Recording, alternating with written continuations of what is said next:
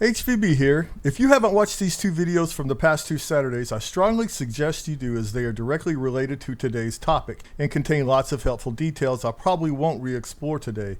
When I'm tank busting in Allied aircraft, I use the shallow angle attack dive technique against tanks in the open and the low angle attack dive technique against tanks protected by obstacles. In Axis aircraft, the shallow angle attack dive technique is not possible due to bomb arming and or timer differences as discussed in this video, and my solution for bombing tanks in the open with Axis aircraft is the low angle low drop technique covered last week. Today, we're going to discuss the low angle high drop technique, which is fairly identical to the low angle technique I use with Allied aircraft and used specifically against tanks located in close proximity to obstacles.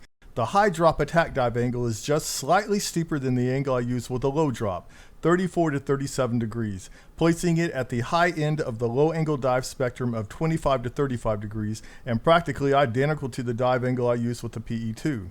Since we're dropping higher to enable a quicker dive recovery to avoid any obstacles present, you have to start the dive from an altitude of approximately 700 meters AGL, plus or minus 100 meters, which is slightly higher than the low drop dive altitude of approximately 600 meters AGL. But everything else is the same. Engine ATA of 1.2, plenty of radiator cooling, and nose trim back to 100% tail heavy to facilitate a rapid dive recovery. Just like with the low drop technique, I start the dive by placing the tank under the gun sight crosshair center, but instead of putting it around here near the first horizontal line, like I do with the low drop, I put it lower, closer to the second horizontal line. I split the tank down the middle with a vertical crosshair. During the first few seconds of the dive, I make vertical adjustments up and down to fine-tune my dive angle as needed, but keep the tank in view at all times. Once I'm satisfied with the dive angle, I place the second horizontal line on the tank and freeze it there in place until the bottom ring of the gun sight splits the tank in half, as pictured here. That is the point where I hit the bomb release button.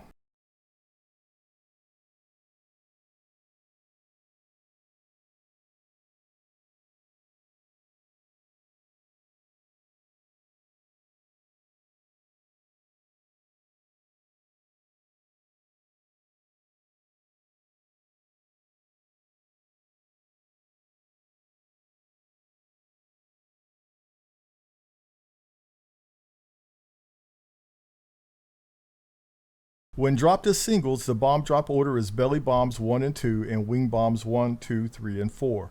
When dropping bombs off the wings, you have to offset to the opposite side of the bomb location, right side for a left bomb and left side for a right bomb. Now let's watch a demonstration of the low angle high drop technique using 2 SC-250 and 4 SC-50 bombs. So I'm narrating this in post-production because I forgot to turn shadow play on when I flew this practice mission. So I spot a KB-1 in front of that grove of trees down there, and I'm specifically looking for heavy tanks and medium tanks to hit that are protected by obstacles to demonstrate this technique. This is what I use for the example. Put the second line on it and freeze, drop. Since it's kind of hard to see the effect of the explosion on the tank from the cockpit, let's put this extra video inlay close-up of the tank. Ground level on this Moscow map is about 200 meters AGL, so when you see me climbing to 900, I'm really climbing to 700 AGL. So there's another KB-1 kind of by itself in front of a tree.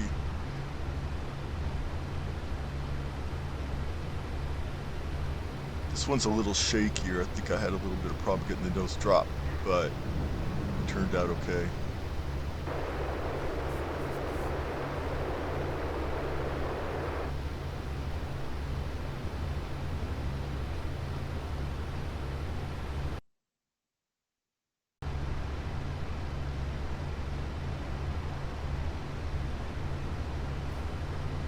So this is interesting because I made a mistake. I started the dive too soon.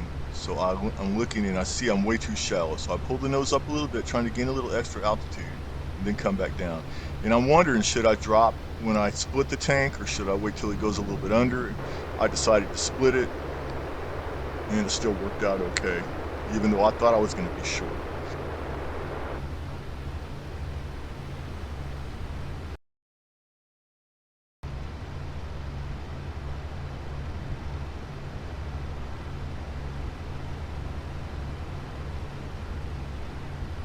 gaining a little altitude, and then I'm going down, drop on this, the only light tank I attacked, this BT-7. Notice the right wing bomb offset, and that was the crappiest drop I made of the bunch. Exploded kind of far away, kind of long off to the side, still enough to kill a BT-7. Probably would not have been enough to kill a T-34, and definitely not enough to kill a KV-1. So now I'm looking for another heavy tank protected by obstacles. It took me a couple of flyovers to find something. And I'm looking for that T-34 I saw earlier.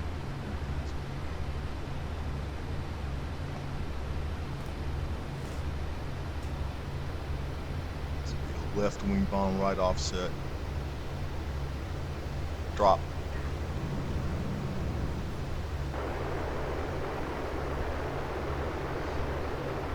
A little bit off, but still enough to kill it.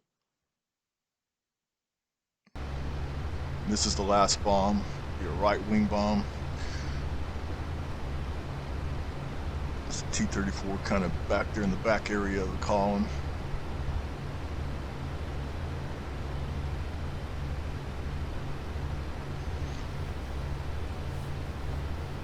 Lining up, an offset, second line, drop.